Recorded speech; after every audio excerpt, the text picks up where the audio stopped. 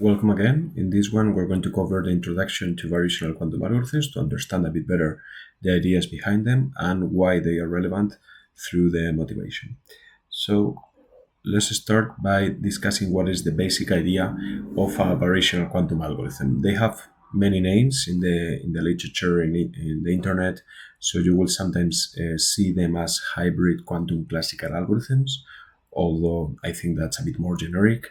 There's also the idea of a parameterized quantum circuit, but that's not everything that there's to it, uh, because there's also a classical optimization process on top of that parameterized quantum circuit. So there are several ideas that are intertwined in this concept. So let's try to go through it. Basically, the idea of a variational quantum algorithm is an algorithm that is not entirely quantum. So you will see that it has a quantum part to it.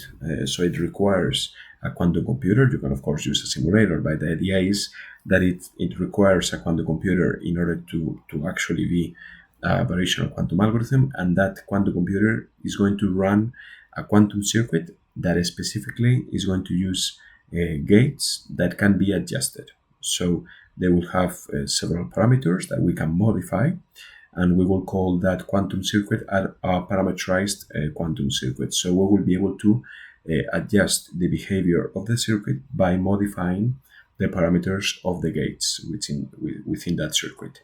So that parameterized quantum gate is going to be a part of the variational quantum circuit, but the variational quantum algorithm.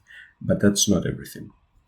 So we will also use a classical optimizer on top that will run on a classical system that is closely placed, basically adjacent, more or less, to the quantum circuit and the quantum computer. And that classical computer, that optimizer, is going to focus on updating the parameters of the quantum circuit. So the process goes as follows. We start with a quantum circuit that is parameterized, that has parameters to define the behavior of the quantum gates, and there's a classical optimizer on top that is going to run that quantum circuit several times and is going to adjust slightly the parameters of the quantum circuit so that after every iteration the result of the quantum circuit is a bit different. And this is going to be a process that will take over several times, okay, so that we can slowly adjust the behavior of the quantum circuit. So this is an approach that iterates several times and combines both approaches, the classical computing side and the quantum computing side. And there's a reason for that, and we'll get to that into a moment. But the idea is that since they combine several resources, these variational quantum algorithms can also be named as hybrid quantum classical algorithms. They have two parts: the parameterized quantum circuit and the classical optimization process. And because of how this optimization process works and how it leverages data in order to do that optimization, it's sometimes also called a training process. We will get to that in a few minutes. And basically, this approach that uses data to go through a training process that updates the performance and the behavior of an algorithm resembles many ideas from other fields, specifically machine learning, deep learning. So, in many other cases, you will see that this is referred to as quantum machine learning.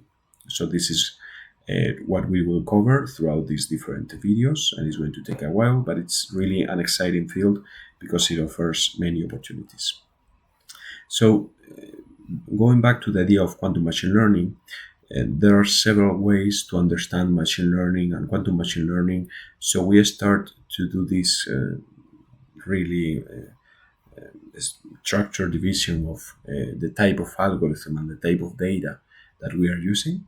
We can recognize four different approaches for these machine learning systems in which there's an agent that is associated with an environment. So that agent is going to be able to retrieve information from the environment, learn using that data, and then adjust the behavior, its own behavior, the behavior of the agent, so that it's adjusted as it receives more and more data.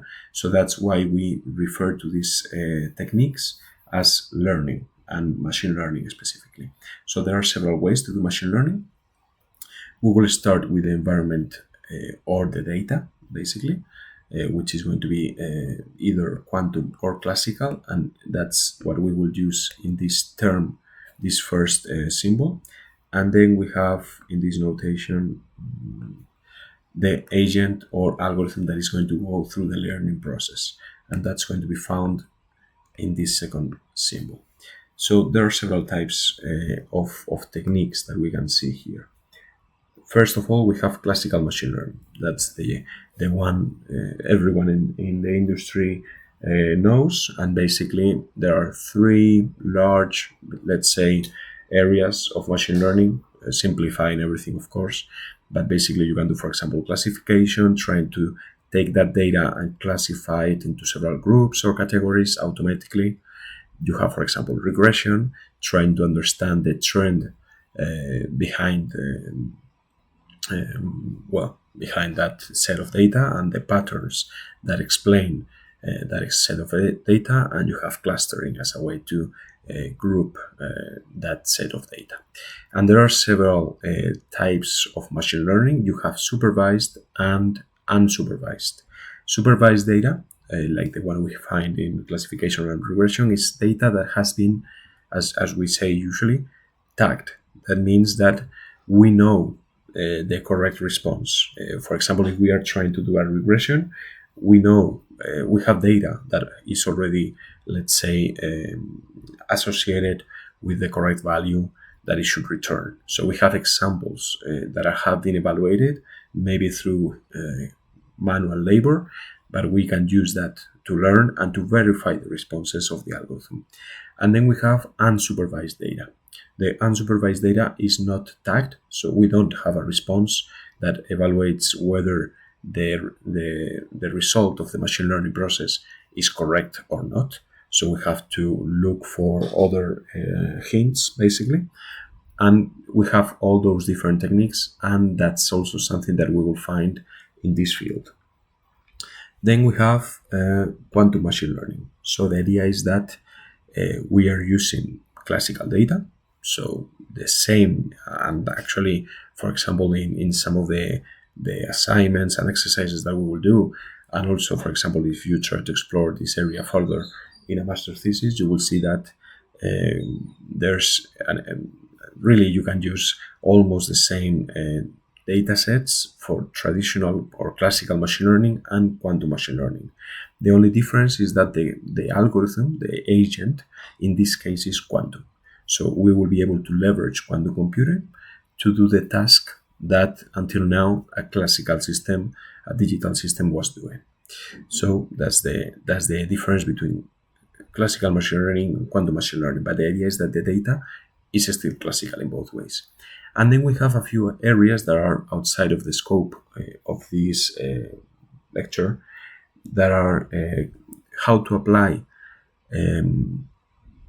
classical machine learning techniques and algorithms, so the ones that we were talking here, but for tasks that are related to quantum, like, for example, assisting in quantum control in the quantum computers, for adaptive quantum computing. So whenever we are trying to build quantum systems, how to use classical machine learning to help in some of those processes. So this is something that is more related with hardware design, maintenance, and control, and so on. And we are not going to get into that. And then we have an area that is way more unexplored at this point in time. So basically, how to leverage quantum techniques on quantum data, which is full quantum interaction. And this is something that is also outside of the scope. So the main areas that we will be discussing in the following topics and contents are those two. Let's see if I can continue to the next slide. Okay, that should work. So you will see that many of the ideas, if you have a background in machine learning, you will see that many of the ideas from machine learning, deep learning also apply here, and I will be referring to those throughout the different contents. So, for example, if we try to apply machine learning for image classification, we may have a data set of pictures containing dogs and cats, and we don't really know what could be a way to program something that really knows when it's seeing a dog and when it's seeing a cat. So that's when machine learning processes are useful. Whenever you have a lot of data, but you don't really know how to program the algorithm, or maybe it's not efficient enough, or maybe it's not capturing the patterns well enough, but you have loads of data that you can learn from, and you can implement a system that can learn from that data and be able to solve this specific task, so that you don't have to program it step by step and really understand what are the patterns that help the system go through the process. And that's also a limitation of these systems, that in some cases we don't really know how they think, and in that sense there are many topics related with the transparency, explainability of these models, because at some point some of them end up working really well, but we are not able to explain which patterns or which knowledge they acquired from the data that we provided. But in any case, they are really useful in many cases, like for example in medical imaging, in order to be able to detect conditions automatically with a really high level of accuracy. And that's something that can help doctors, or for example, we think about automated driving. That's also something that can help cars that are going to be automated to autonomously detect the environment, so that they can operate without the human intervention. So these algorithms are really useful because they allow us to apply them throughout many different applications, in which we wouldn't be able to program that complexity ourselves, but we can program systems that can learn from data and keep learning over time, both learning new patterns, but also patterns that are maybe too complex for us to even identify. There are many other areas in which this is going to become relevant. Whenever we apply that to quantum machine learning specifically, we will see that some of the ideas are going to be similar to what you will find in machine learning. In this case, though, for example, we have, as we mentioned before, a quantum part. So you can see that here. And then there's going to be a classical optimizer. In this case, the classical optimizer basically is going to input each one of the data pieces. So in this case, we are referring to pictures. That data is going to go through the quantum circuit, the parameterized quantum circuit, and we are going to be able to measure a result. Depending on that result, and this is specifically for the case of supervised data, in which we know the response. So we have a training data set for which we have labels, we have tags, so we know whether each picture refers to a dog or a cat. We will be able to check whether the quantum circuit actually delivered the correct result and correctly labeled the picture. If the picture didn't match, which is here this case, the classical optimizer will adjust the parameters of the quantum circuit. Remember that this is a parameterized quantum circuit, and we can modify those parameters in order to modify the behavior of the circuit. So it's going to modify those parameters so that in the next iteration, the behavior is going to be slightly different and hopefully a bit better. If, on the other hand, the match was correct, so for this specific picture, the response was accurate and matched the label that we already knew about that picture, then in that case, we will continue with the next picture. The idea is that normally the labeled data sets that we'll use for this type of examples, we'll divide them between a training data set. That's, let's say, 70-80% of the data set.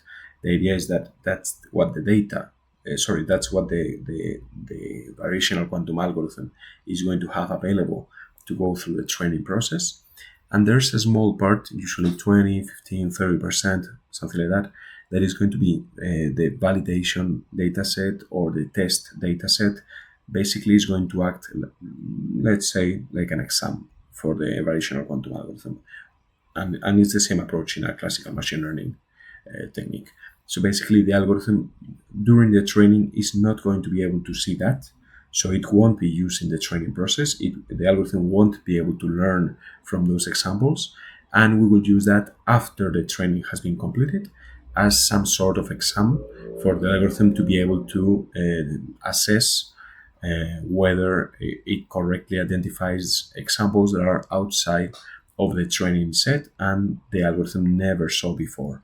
So we will be able to evaluate some of the limitations of these algorithms and to ensure that it actually has learned something that is applicable to something that is closer to the real world.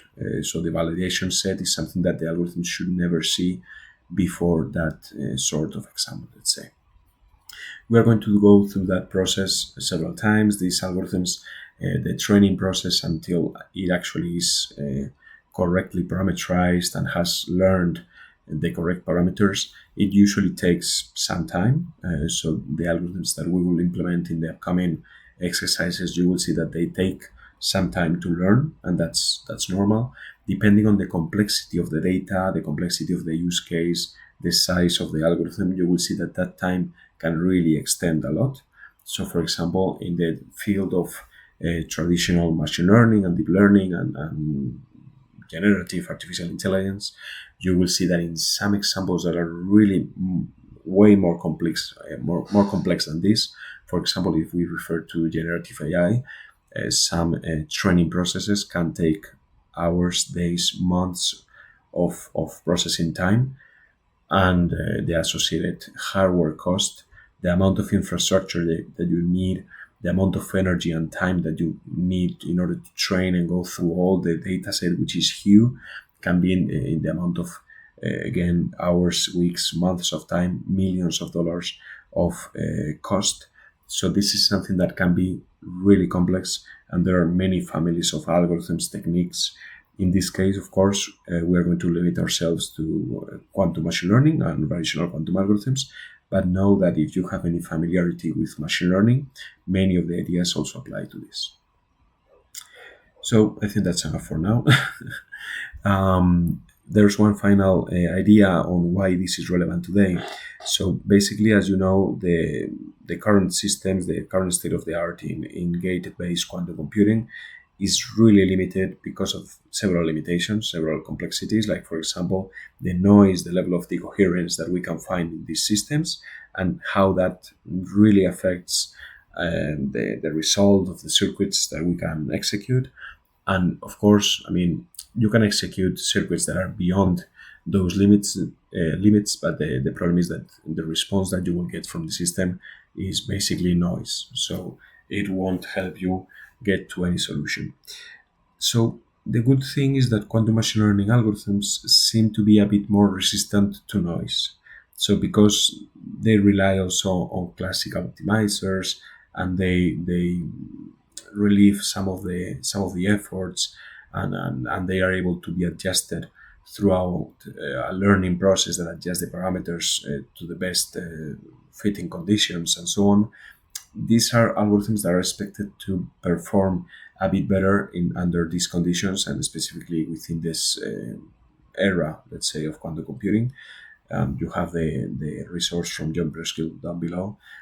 Basically, there are, for example, algorithms that can do purely quantum algorithms that can do several tasks, but we know that we won't be able to execute them for some time. So there's an equivalent variational quantum algorithm that we can run today.